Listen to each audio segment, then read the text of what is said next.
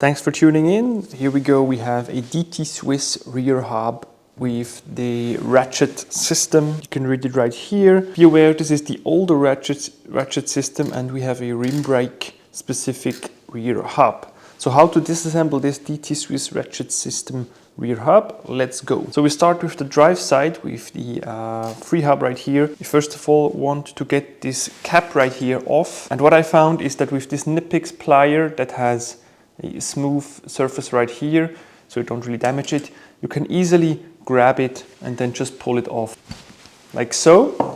And now comes the genius part of DT Swiss. It is this tool-less disassembly of their hub system. So you just pull the free hub off and you see we have a spring that is on the axle. So let's do a little layout of what we have. First of all had the cap, then the free hub came off. We now have the spring, and what's next on the hub are the ratchets, the DT Swiss specific ratchets that give this unique free hub sound that we all love. And if you degrease them heavily, you can get the hub to be really, really loud. A lot of people like that. So two ratchets that of course engage with each other. Then we have another spring, and it faces the opposite way actually. Then we have some kind of spacer, some kind of cylindrical shaped metal piece. And what we are left with now is the ratchet with which, of course, the whole hub engages. So you're going to go ahead and take this one out. And this part actually isn't toolless anymore. You will need to have a special tool from DT Swiss, but nowadays you can surely source it from any other manufacturer as well. This one right here is original DT Swiss. You see the star ratchet design and then the possibility to mount it into a vise. And we have the specific measurements from the axle, so it is nicely guided over the axle. You will see that in a bit. Unfortunately, you can't use this one with any kind of socket and without any kind of impact wrench. That would be nice to break that ratchet loose, because this piece is actually screwed into the hub and we have a seal also on top of it. You will see in a bit.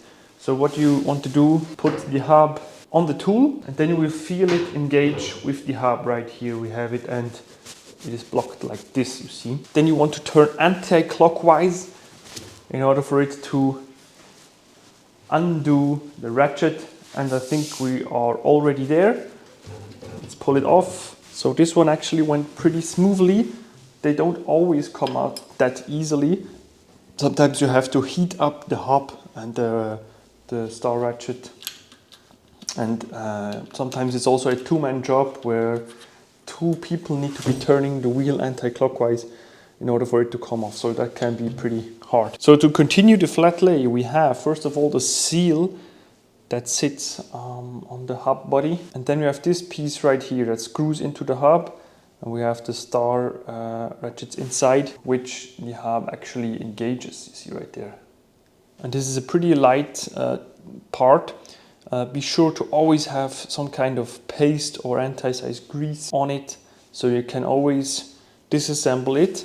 If it gets stuck in the hub and you can't remove it, then worst case would be that you can't use your hub anymore if it's broken. The last piece before the bearing is a washer that we have beneath this ratchet piece right here.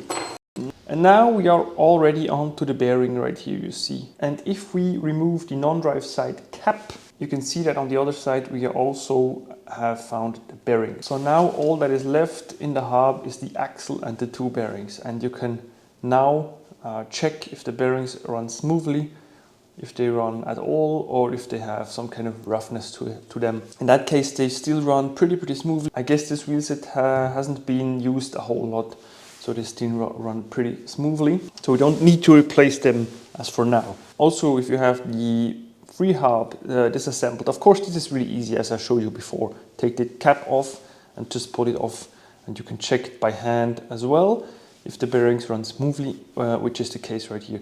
That's a really nice way to check your free hub body for bearing smoothness, of course. And of course the whole hub is also easy to check. So that's it for a DT Swiss Ratchet specific hub disassembly.